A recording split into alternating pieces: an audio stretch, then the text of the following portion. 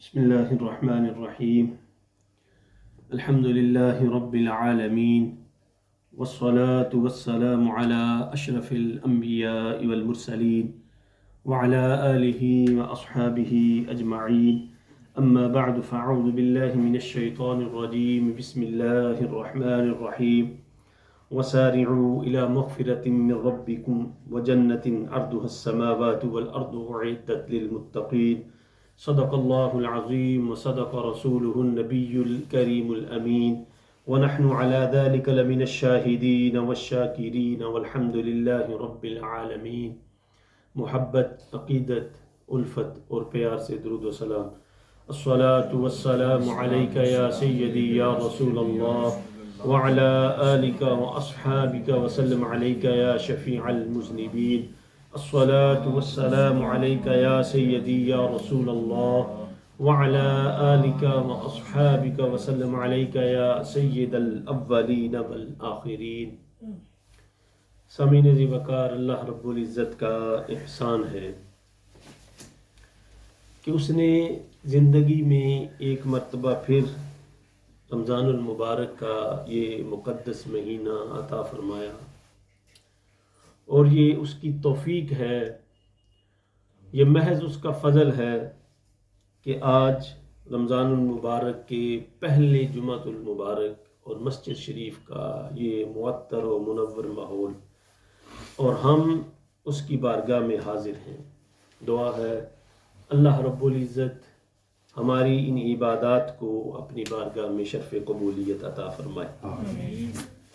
یہ ماہ مقدس اپنی رحمتوں اور اپنی برکتوں سمیت ہمارے سروں پر سایہ فگن ہے. ہر کوئی اس ماہ مقدس سے مستفید ہونے کے لیے نیکیوں میں مسابقت کا خواہاں ہے، زیادہ سے زیادہ نیکیوں کی طرف راغب ہونے کی وہ کوشش کرتا ہے. اور اسی مناسبت سے آج کی اس مختصر سی نشست میں ہم یہ سمجھنے کی کوشش کریں گے کہ ہم ان ایام سے، ان لمحات سے اور اس ماہ مقدس سے کیسے مستفید ہو سکتے ہیں. سب سے پہلی بات جو ہے وہ یہ ہے کہ کوئی بھی عمل اس کو کرنے سے پہلے اپنے اندر انسان کا اخلاص پیدا کرنا ضروری ہے، اور اگر اس میں اخلاص نہ ہو، اس میں خالصتاً اللہ کی رضا شامل نہ ہو، تو وہ عمل قابل قبول نہیں ہوتا بارگاہ خداوندی میں. اور اللہ جل مجدہ ہمیں ہر کام میں اخلاص کا حکم عطا فرماتا ہے. فرمایا وَمَا أُمِرُوا إِلَّا لِيَعْبُدُوا اللَّهَ مُخْلِصِينَ لَهُ الدِّينَ. اللہ رب العزت ارشاد فرماتا ہے سورہ بینہ میں کہ ہم نے انہیں حکم دیا ہے وَمَا أُمِرُوا إِلَّا لِيَعْبُدُوا اللَّهَ، اللہ کی عبادت کرے، دین کو اس کے لیے خالص کرتے ہوئے، صرف اللہ کی رضا کے لیے عبادت کی کو خالص کرتے ہوئے آپ عبادت کریں. إِلَّا لِيَعْبُدُوا اللَّهَ مُخْلِصِينَ لَهُ الدِّينَ حُنَفَاءَ وَيُقِيمُوا الصَّلَاةَ وَيُؤْتُوا الزَّكَاةَ وَذَلِكَ دِينُ الْقَيِّمَةِ. اور فرمایا کہ بالکل یکسو ہو کر آپ نماز قائم کریں اور زکوٰۃ ادا دیں، اور یہی اللہ رب العزت کا حکم ہے. کوئی بھی اگر آپ کام کریں گے، روزہ رکھیں، زکوٰۃ ادا کریں، صدقات و خیرات کریں، نوافل ادا کریں، تراویح کا اہتمام کریں، ضروری یہ ہے کہ اس کے لیے اپنے عمل کو، اپنی نیت کو خالص کریں، اور سنت کے مطابق جو سب سے بہترین راستہ ہے سید الانبیاء صلی اللہ علیہ وآلہ وسلم کا، اس پر عمل پیرا ہونے کی کوشش کریں. مسلم شریف کی حدیث ہے، سید الانبیاء صلی اللہ علیہ وآلہ وسلم نے ارشاد فرمایا من عمل عملا لیس علیہ امرنا فہو رد، کہ جس نے کوئی ایسا کام کیا جو میرے طریقے پہ نہیں ہے، میرے بتلائے ہوئے راستے پہ نہیں ہے، تو گویا اس نے ایک لغو کام کو سر انجام دیا جس کا کوئی فائدہ نہیں ہے. اور ہر وقت دوسری جو ہم نے کام کرنا ہے وہ ہر وقت اللہ رب العزت سے اس کی توفیق مانگنی ہے. اور یہ بندہ مومن کا شیوا ہوتا ہے کہ جب اسے کوئی چیز عطا ہوتی ہے جب بھی کوئی اسے اچھائی، جب بھی کوئی اسے مرتبہ، جب بھی کوئی اسے مقام عطا ہوتا ہے، عزت عطا ہوتی ہے، تو وہ کہتا ہے ھذا من فضل ربی، یہ محض میرے وحدہ لا شریک رب کا فضل ہے۔ اور جب کسی متکبر شخص کو کوئی چیز عطا ہوتی ہے تو وہ اسے اپنا کارنامہ سر انجام دیتا ہے۔ اللہ رب العزت نے قرآن کریم میں دعا سکھائی نا، رب اوزعنی ان اشکر نعمتک التی انعمت علی وعلی والدی وان اعمل صالحا ترضاہ، اے میرے پروردگار مجھے توفیق دے، رب اوزعنی ان اشکر نعمتک، میں شکریہ ادا کروں، نعمتک التی انعمت علی وعلی والدی، جو نعمتیں تو نے مجھ پر اور میرے والدین پہ عطا کی۔ آپ اپنے جسم کو لے لیجئے، ایک انگلی کا آپ نعم البدل کوئی نہیں ہے۔ آنکھیں کتنی بڑی نعمت ہے، زبان، ناک، ہر چیز کتنی بڑی نعمت ہے۔ پوچھیں اس سے جس کے پاس یہ نعمت نہیں ہے، رب اوزعنی ان اشکر نعمتک التی انعمت علی وعلی والدی، ان نعمتوں کا میں شکریہ ادا کروں جو تو نے مجھے اور میرے والدین کو عطا کی، وان اعمل صالحا، اور اس بات کی بھی توفیق دے کہ میں نیک اعمال کروں، ترضا، ایسے اعمال کروں کہ جس سے تو راضی ہو جائے، وادخلنی برحمتک فی عبادک الصالحین، اور تو اپنی توفیق سے مجھے یہ شرف بخش، مجھے یہ توفیق دے، میرا شمار ان لوگوں میں کر دے فی عبادک الصالحین جو تیرے نیک بندے، ان میں میرا شمار کر دے۔ اور انسان کو جیسے نے حضرت سیدنا معاذ بن جبل رضی اللہ تعالی عنہ کو حضور علیہ الصلوۃ والسلام نے دعا سکھائی تھی، اللہم اعن، ہر نماز کے بعد اللہم اعنی علی ذکرک و شکرک و حسن عبادتک، یہ دعا مانگتے رہا کرے، اے اللہ میری مدد فرما اپنے ذکر، اپنا شکر کرنے اور اچھی طرح عبادت کرنے پر شکر ادا فرما۔ دوستو، اللہ کی بارگاہ میں سر جھکانا یا اس کے راستے میں جانا یا مسجد کی طرف جانا، یہ بڑا اس کا فضل اور بڑی اس کی توفیق ہوتی ہے۔ اگر انسان کو یہ توفیق، اگر نماز کا ٹائم ہے نا، آپ کا دل کرتا ہے کہ میں مسجد کی طرف جاؤں، میں نماز کی طرف جاؤں، یقین کیجئے یہ اللہ کا بڑا فضل ہے آپ پہ۔ اور اپنے سابقہ گناہوں سے ہمیشہ اللہ سے معافی مانگتے رہیں، قل انفقوا طوعا او کرہا لن يتقبل منکم انکم کنتم قوما فاسقین، جب تک اپنے سابقہ گناہوں سے آپ معافی نہیں مانگیں گے، روزہ رکھتے رہیں، نیکیاں کرتے رہیں، لیکن گناہوں کی دلدل میں اسی طرح آپ دنستے چلے، جھوٹ بولتے نہیں، اس عبادت کا، اس توبہ کا کوئی فائدہ نہیں۔ سابقہ گناہوں سے توبہ کریں اور پھر اللہ کی بارگاہ میں آ جائیں۔ وَمَن يَتَّقِ اللَّهَ يَجْعَلْ لَهُ مَخْرَجًا، جب اللہ سے آپ ڈریں گے، يَجْعَلْ لَهُ، اللہ تعالیٰ خود بخود آپ کے لیے کوئی راستہ بنا دے گا، نکلنے کی کوئی نہ کوئی سبیل پیدا کر دے۔ وَيَرْزُقْهُ مِنْ حَيْثُ لَا يَحْتَسِبُ، اللہ اکبر، اللہ تعالیٰ تمہیں وہاں سے عطا کرے گا کہ جہاں پہ تمہیں گمان بھی نہیں ہے۔ اور پھر اپنے آپ کو ان راتوں میں، ان ایام میں اللہ کی عبادت کے لیے تیار رکھیں۔ من صام رمضان ایمانا و احتسابا غفر له ما تقدم من ذنبه، دوستو کون انسان ہے جو اپنی گناہوں سے، اپنی شرمندگیوں سے معافی نہیں چاہتا، چھٹکارا نہیں چاہتا؟ تو اللہ رب العزت فرماتا ہے ان ایام میں من صام رمضان احتساب کے ساتھ، اور آج کے کوئی بھی دور دیکھ لیں، کوئی بھی بزنس مین ہے، وہی کامیاب ہوتا ہے جو روز کا حساب شام کو مکمل کر دیتا ہے۔ صوفیاء نے کہا نا، ہر نماز کے بعد اپنے دل کی طرف توجہ کر کے یہ کی سوچئے کہ پچھلی نماز سے لے کر اس نماز تک میں نے کتنے گناہ کیے اور کتنی نیکیاں کی ہیں، اور اگر تمہارے گناہ کم ہوں اور نیکیاں زیادہ ہوں تو سمجھ لو تم کامیاب ہو۔ ہر وقت دن میں، ہر وقت، ہر نماز کے ساتھ اپنا مراقبہ کیجئے، محاسبہ کیجئے، ایک نماز سے لے کر دوسری نماز تک، دوسری نماز سے لے کر تیسری تک، جب بھی نماز ختم کرے سوچیں، اللہ کا ذکر کریں اور سوچیں کہ میں نے کتنی نیکیاں کی ہیں، کتنے گناہ کیے ہیں، کتنے لوگوں کے حق مارے ہیں۔ اور اگر اللہ کے کے لیے نیکیاں اور اعمال زیادہ ہوں، گناہ کم ہوں یا نہ ہوں، تو سمجھو آپ کامیاب ہیں۔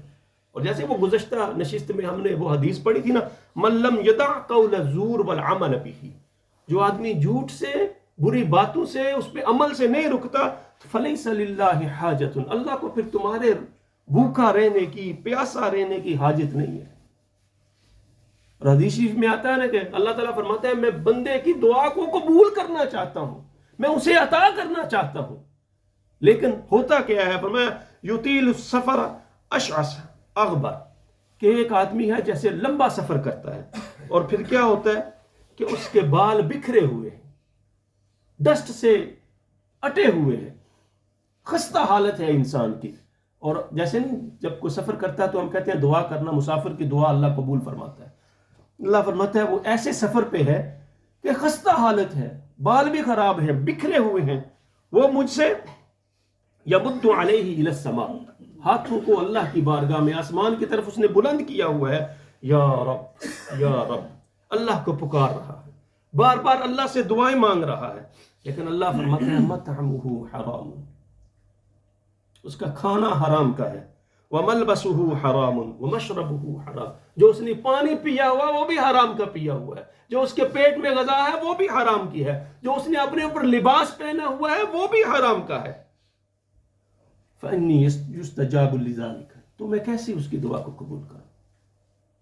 اس لیے اللہ کی بارگاہ میں سچی توبہ کیجئے، حرام کو ترک کیجئے، اور پھر جو اپنے اعزاء و اقربا ہیں، جو اپنے پڑوسی ہیں، اگر کوئی ناراض ہے تو اس سے راضی ہوجیے، اسے راضی کیجئے، اللہ کی رضا کے لیے راضی کیجئے۔ آقا علیہ الصلوۃ والسلام نے ارشاد فرمایا نا، تفتح ابواب الجنت یوم الاثنین و یوم الخمیس، اللہ رب العزت سوموار کو اور جمعرات کے دن جنت کے دروازوں کو کھول دیتا ہے، اور پھر فرمایا فَيَغْفِرُ لِكُلِّ عَبْدٍ لَا يُشْرِكُ بِاللَّهِ شَيْئًا، جو بھی انسان شرک سے پاک ہے اللہ اسے مغفرت فرما دیتا ہے، اللہ اسے جنت میں داخلہ عطا فرما دیتا ہے۔ اور فرمایا إِلَّا رَجُلًا كَانَتْ بَيْنَهُ وَبَيْنَ أَخِيهِ شَحْنَةٌ، لیکن جو بندہ اپنے کسی بھائی کے ساتھ کوئی ناراضگی ہے، اللہ اس کے داخلے کو تاخیر کر دیتا ہے، مؤخر کر دیتا ہے اسے۔ اور پھر فرشتے کیا کہتے ہیں؟ انذروا ہذین حتی یصطلحا،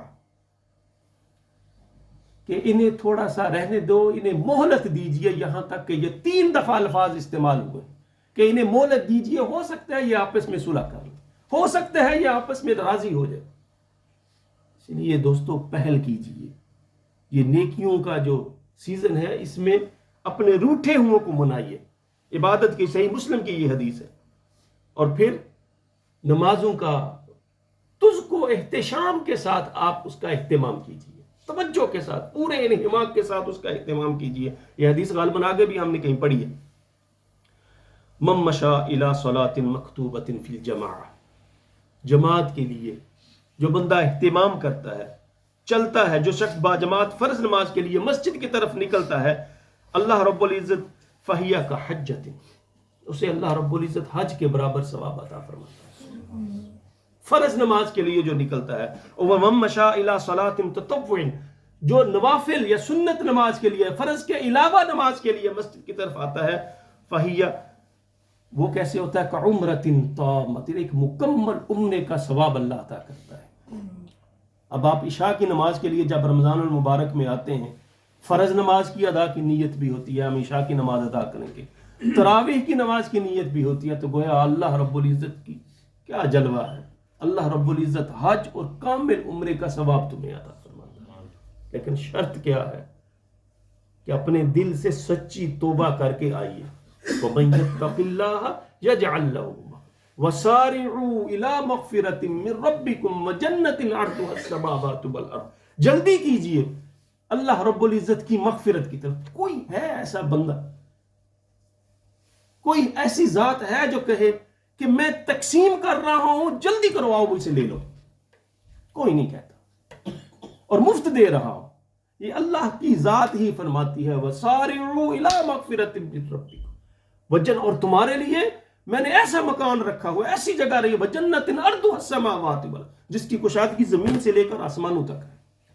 یہ اعلان صرف بارگاہ خداوندی ہی کر سکتی ہے، اور اللہ اپنے بندوں پہ فضل فرماتا رہتا ہے اور فرما رہا ہے کہ جلدی کرو اس مغفرت کی طرف جس کا میں نے اپنے بندوں کے ساتھ وعدہ کیا ہوا ہے۔ اور پھر نماز کے بعد کے جو اذکار ہیں ان پہ توجہ دیجئے۔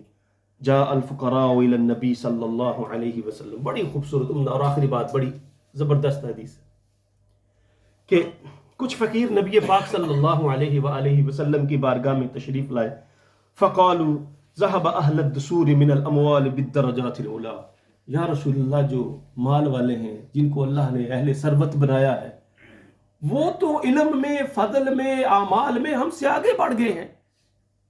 نبی پاک صلی اللہ علیہ وسلم وہ کیسے آگے بڑھ گئے ہیں؟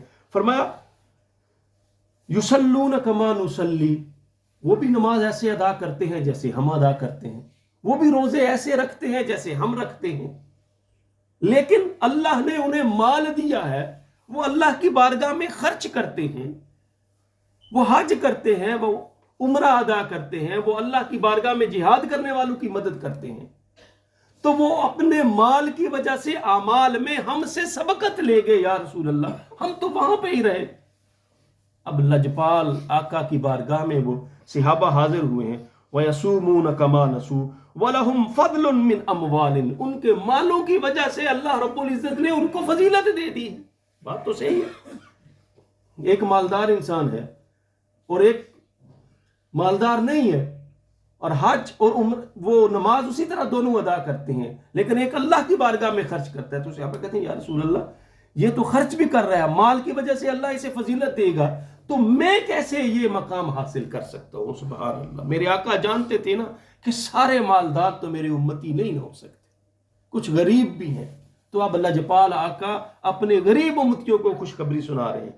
فرمایا الا احدثکم، کہ میں تمہیں کوئی ایسی بات نہ بتاؤں، ان اخذتم ادرکتم من سبقکم، کہ تم اگر وہ کام کرو جو میں تمہیں بتا رہا ہوں تو پھر تم وہی مقام پالو گے جو انہوں نے پایا ہوا ہے، وہی مقام و مرتبہ تمہیں مل جائے گا جو ان کو اللہ رب العزت نے عطا، وَلَمْ يُدْرِكْكُمْ أَحَدٌ بَعْدَكُمْ، کوئی بھی اس کے بعد تم جیسا مقام نہیں پا سکتا۔ صحابہ کرام نے عرض کی یا رسول اللہ کیوں وَكُنْتُمْ خَيْرَ مَنْ أَنْتُمْ بَيْنَ ظَهْرَايَ، اور پھر إِلَّا مَنْ عَمِلَ مِثْلَهُ، فرمایا تم نماز ادا کرتے ہو لیکن اس کے بعد کیا کرو؟